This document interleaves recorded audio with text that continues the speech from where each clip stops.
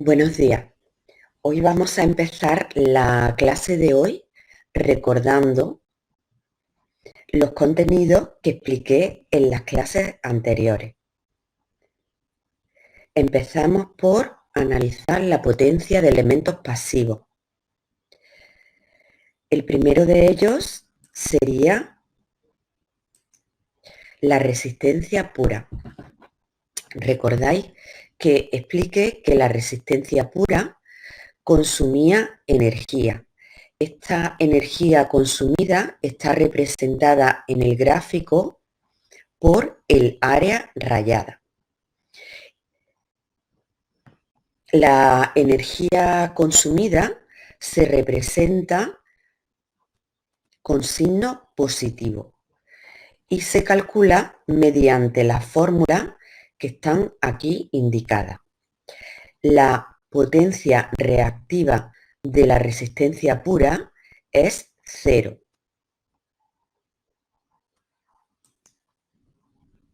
Bobina pura. La energía, si observamos la gráfica en este caso, está representada por medio del área rayada. Observamos que en la bobina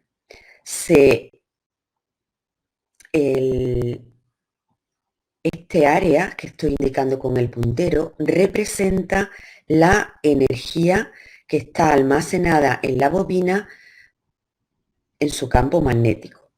Después, en el siguiente periodo de tiempo, esta energía es devuelta al generador. En el siguiente periodo de tiempo, nuevamente es transmitida a la bobina.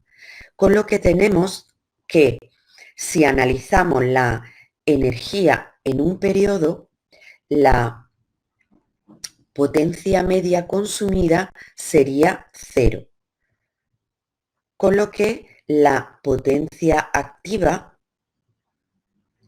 P mayúscula, es 0. Sin embargo, desde el punto de vista de la electrotecnia, nos interesa medir el valor máximo de esta potencia, que, aunque no es consumida, sí es necesario tenerla en cuenta desde el punto de vista del cálculo. Esta potencia máxima se representa con la letra Q mayúscula y se denomina potencia reactiva y se calcula mediante la fórmula aquí indicada.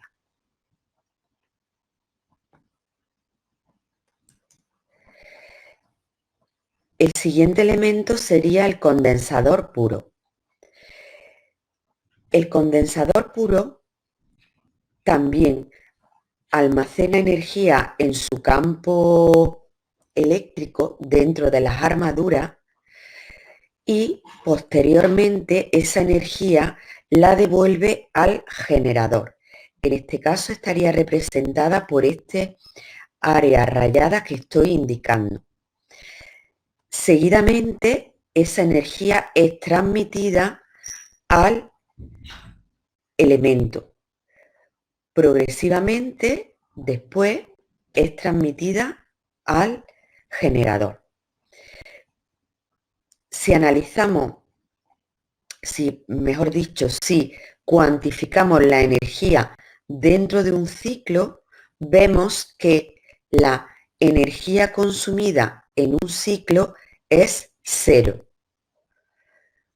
Recordamos que la potencia es la energía consumida en un segundo, por lo que tenemos que la potencia es 0. La potencia activa, me refiero. Nuevamente es necesario cuantificar la energía, la potencia máxima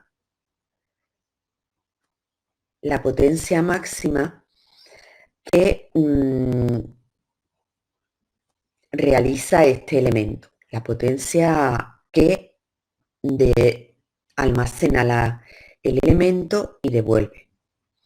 Sería Q. Y en este caso, en esta transparencia, está aquí indicada las fórmulas de cálculo.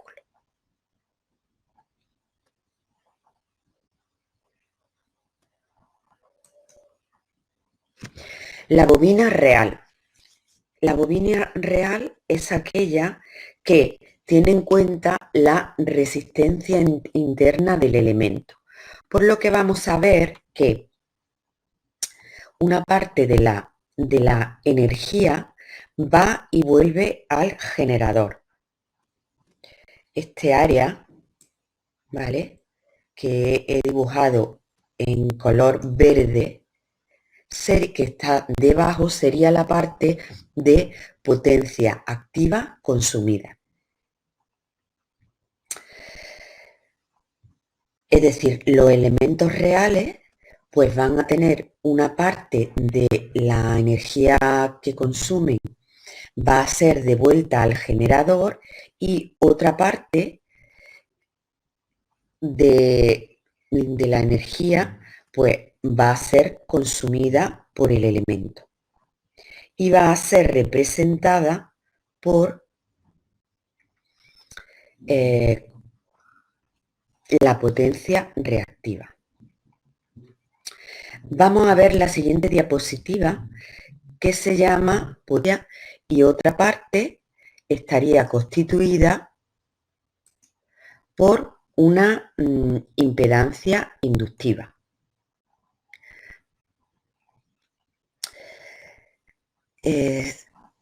Si recordáis, en los circuitos inductivos, ¿vale?, pues resulta que veíamos que la impedancia total se representaba con un triángulo rectángulo en la que uno de los catetos, el cateto que estaba situado sobre el eje real, representaba la resistencia de esa impedancia y el otro cateto representaba lo que sería la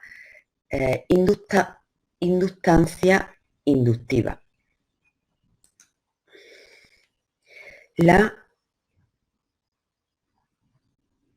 reactancia inductiva.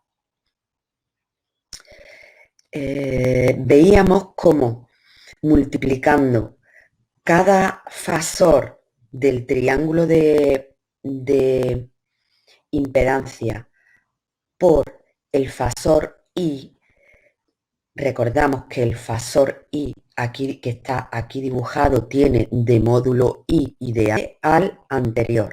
Este ángulo phi es exactamente igual que este ángulo phi. Del triángulo de tensiones obtenemos el triángulo de potencia, multiplicándolo nuevamente cada uno de los fasores por el fasor I. Este triángulo de potencias es el que está dibujado aquí arriba. Si analizamos este triángulo de potencia, ¿vale?, cada uno de los catetos, pues vemos que en él están indicados todas las formas posibles de obtener cada uno de ellos. Estas fórmulas, como veis, son fórmulas que no son fasoriales, son fórmulas que se aplican en módulo.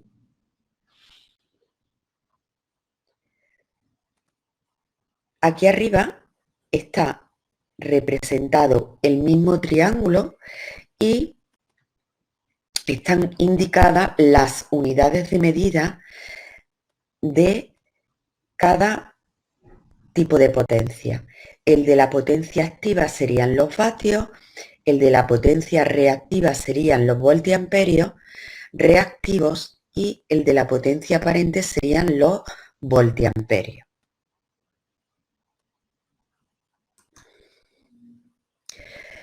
es necesario establecer un criterio de signo para el cálculo de la potencia reactiva. Y vamos a ver por qué es necesario establecer ese criterio.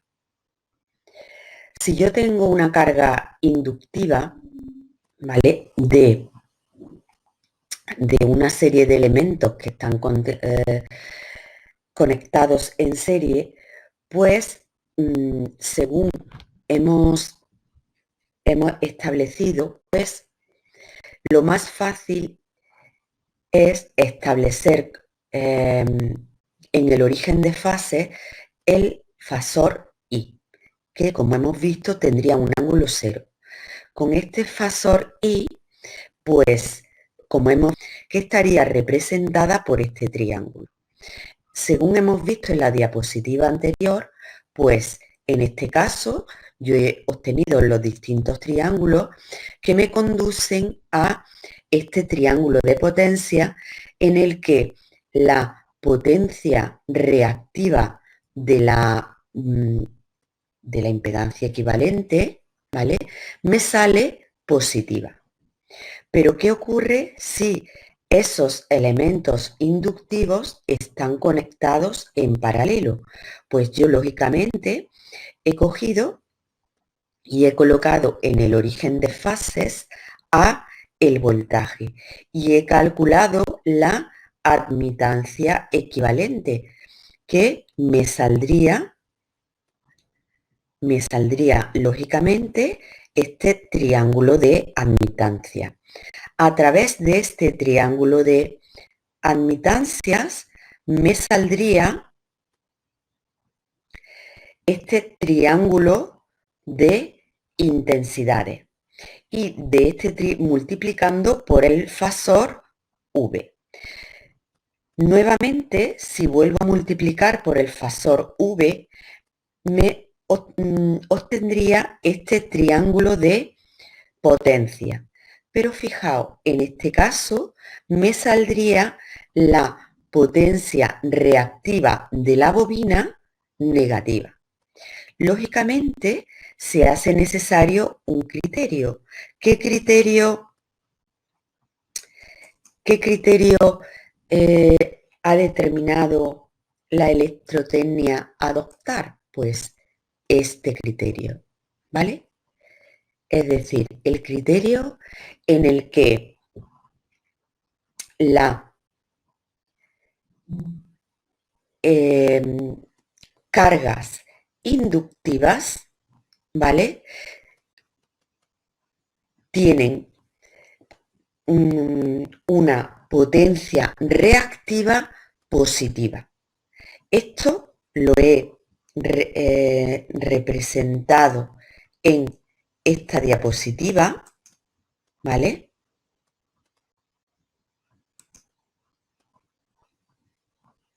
En esta diapositiva voy a elegir el naranja, ¿vale? Y fijaos, he puesto que si el circuito es inductivo, el phi de la impedancia inductiva, lógicamente, es mayor que 0 y la Q de la impedancia inductiva es positiva, ¿vale? Y ahora seguimos para seguir un criterio análogo a el que estamos siguiendo con P, cuando hablamos de potencia positiva, estamos hablando, potencia positiva, estamos diciendo que el circuito está consumiendo energía reactiva, ¿vale? Seguimos.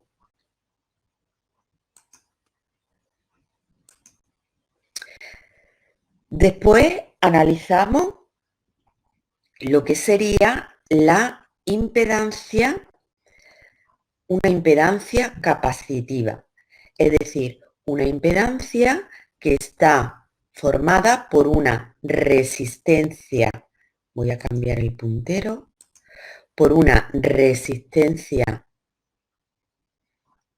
R y una impedancia capacitiva X sub C.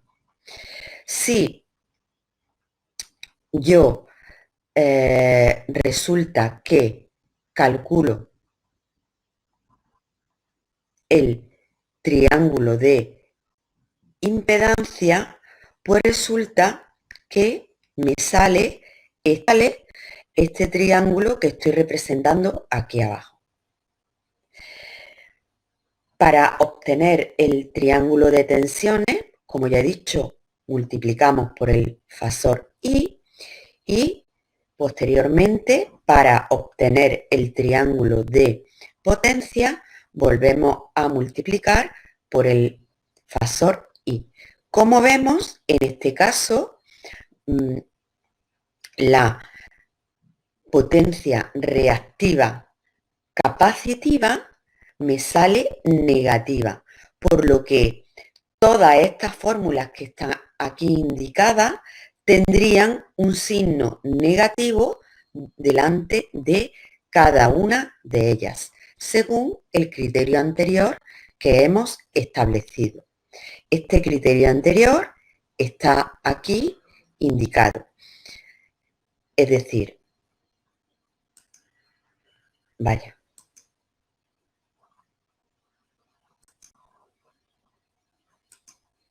Si el circuito es capacitivo, Phi sería negativo, Q sub C sería negativa.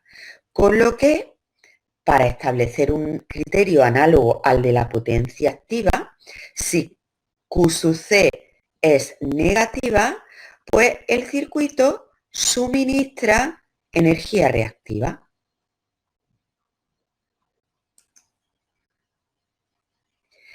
Pasamos a la siguiente diapositiva. Y yo os puse un ejemplo del cálculo de potencia de un circuito inductivo, ¿vale? Lo miráis tranquilamente y pasamos a la siguiente diapositiva, en el que se pone un ejemplo de cálculo de potencia en un circuito que contiene una impedancia capacitiva.